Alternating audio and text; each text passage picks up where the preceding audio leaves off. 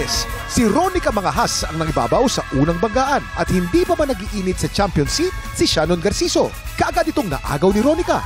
Ngayong umaga, magtuloy-tuloy kaya ang panalo ni Ronica hanggang sa Grand Finals? Tutukan niyan dito sa Tanghalan ng Kampiyon!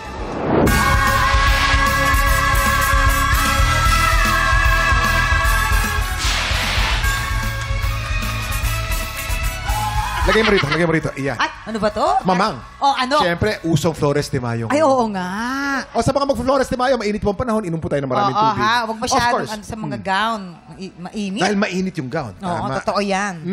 Speaking of init, naku, napakainit na labanan natin ngayong araw na to. Kapag biritera o baladir ang nagbabanggaan, sino kaya ang liyamado sa laban? Yan ang exciting face-off na magaganap ngayong umaga dito sa Tanghalan ng Kampiyon! Yes, ito na. I-welcome na natin ulit ang ating mga inampalan. Our guest judge, songwriter, record producer, the R&B crooner, Daryl Ong. The Clash 2021 Grand Champion and Queendom Diva, Marian Osabel. Multi-platinum artist and OPM hitmaker, Kuya Renz Verano. Oh, diba? Kilalanin na natin ang dalawa nating kalahok, Heidi Tamayo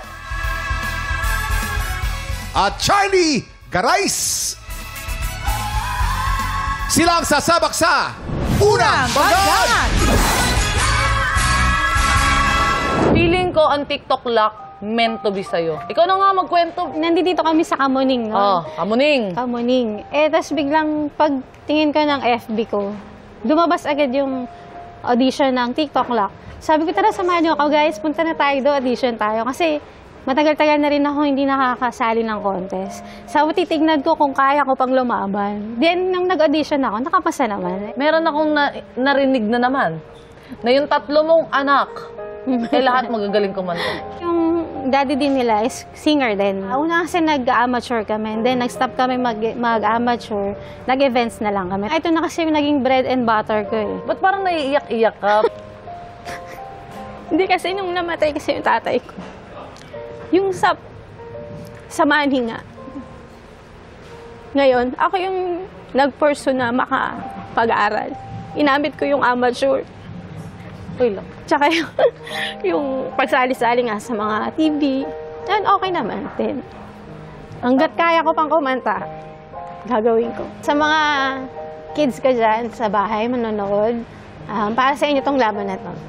Thank you and congratulations in advance. Yes, thank Ate you po. Heidi Tamayo.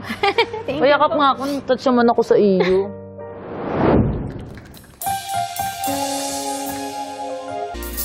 Heidi Tamayo from Tondo. Hi, Heidi. Aba naman si Heidi. Heidi. Ang cute-cute Oo. naman ni Heidi. Alam mo sino kamukha niya? Sino? Mga tiktropa. Attorney Lilet Matias. Ay, oo nga. Oh, diba?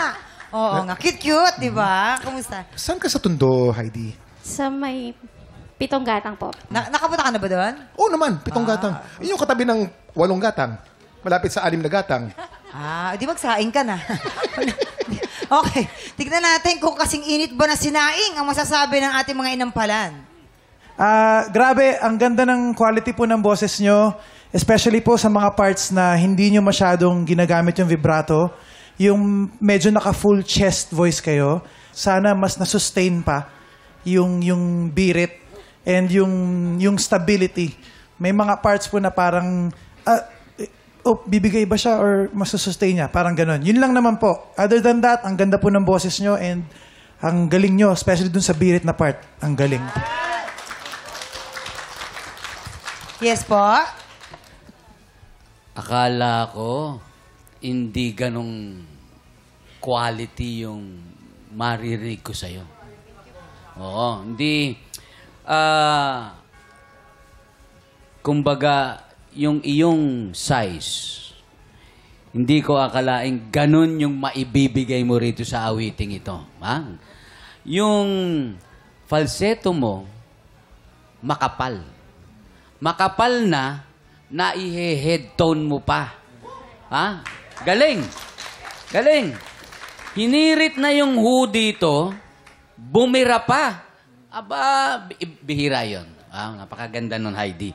Ang ganda nung how much mo, yung dulong-dulo. Napakaganda nun, Heidi.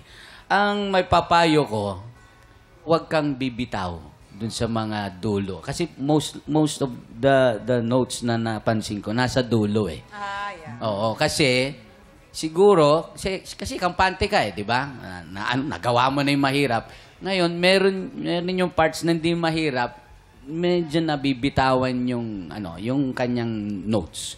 Ibig sabihin, be conscious sa bawat bibitawan mo. Ayan. Salamat po. And...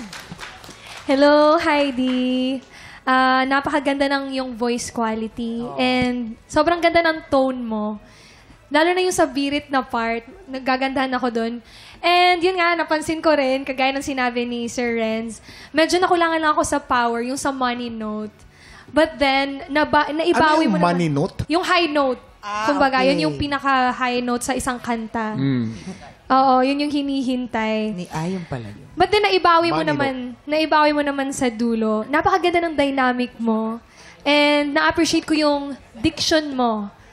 Ayun, overall, nagustuhan ko yung performance mo. Na-entertain ako. Thank Ayun you. naman pala. For the money. Yan, money note. Dami natin natututunan. Oo, Ang gagaling ng mga inampala natin. Ang tanong, anong score kaya ang ibibigay nila? Heidi, ang ibibigay ko sa iyong stars today ay...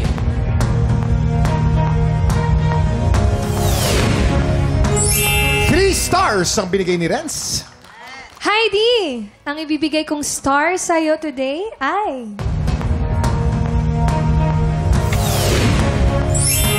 3 stars. Ayan.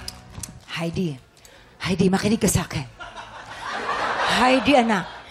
Bibitinin muna natin, ha? Kung ano yung score na ibibigay ni Daryl, ha?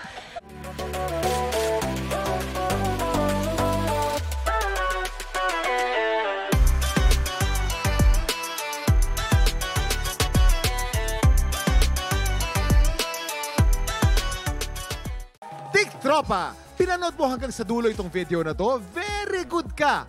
For more happy time, watch more TikTok Lock videos on our official social media pages and subscribe to GMA Network official YouTube channel.